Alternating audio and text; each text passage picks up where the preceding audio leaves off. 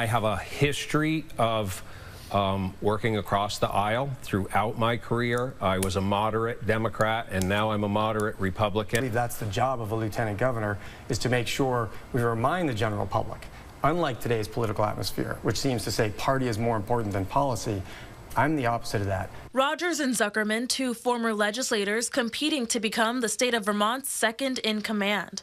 The lieutenant governor is largely a ceremonial position with only a few key duties. Fill in for the governor when they are out of state or unable to do the job, preside over the Senate, and help appoint chairs to Senate committees.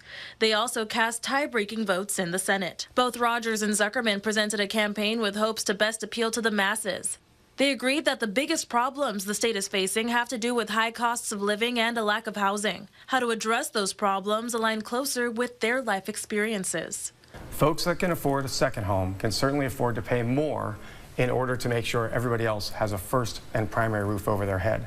For Zuckerman, he wants to tax the richest earners in the state and redistribute dispensable income throughout government systems to assist the working class.